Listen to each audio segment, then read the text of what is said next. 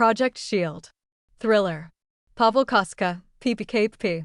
Rain fell over the city like a heavy curtain meant to hide the truth. People hurried through the streets, unaware that this day marked the beginning of the deepest shadow in their nation's history. The government announced the purchase of 12 stealth fighter jets, modern marvels, symbols of power. But behind the polished facade lurked a vast deception designed to siphon billions abroad. Defense Minister Daniel Vrana stood at his office window, watching raindrops slide down the glass. In his hand was a document that would change his life or end it. He had already signed it that morning, but the ink still felt wet, as if resisting the paper, as if knowing it should never have existed. He poured himself a drink, trying to calm his nerves. He knew he had entered a game he could never win. The money was too tempting. The power even more.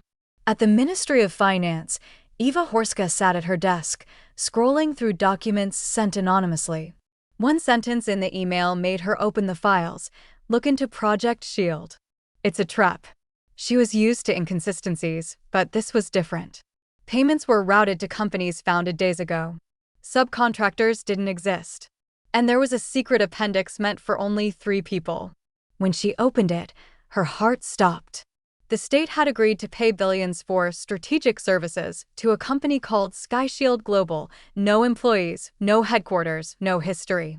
Just one name in the registry, Daniel Vrana. Eva's hands trembled. She knew she had touched something that could cost her life. She saved the files in an encrypted folder and left the office. She never made it home. Her colleague Tomas noticed she hadn't come to work.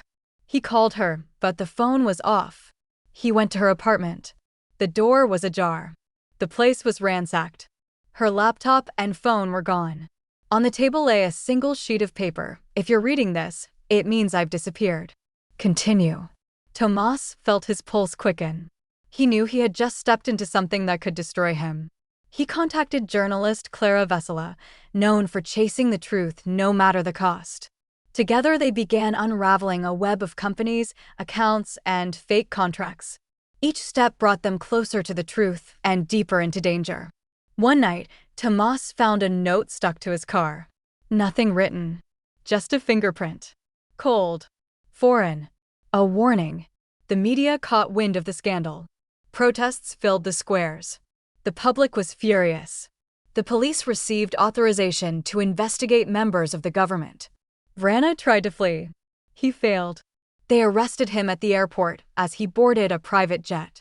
As they led him away in handcuffs, he whispered, "I thought it would never come out." But it did. Eva was found alive, exhausted, injured, but unbroken. Her testimony was the final nail in the coffin of Project Shield. The fighter jets were just a cover. The real goal was to drain the country's treasury. The nation took years to recover from the corruption scandal, but people remembered one thing: truth can be hidden, but justice cannot. Sometimes the sky must darken so we can see who hides in the shadows. Project Shield became a symbol of betrayal and courage. Eva, Tomas, and Klara became heroes, though they never sought it. And the country learned that unchecked power is dangerous, and even the mighty can fall.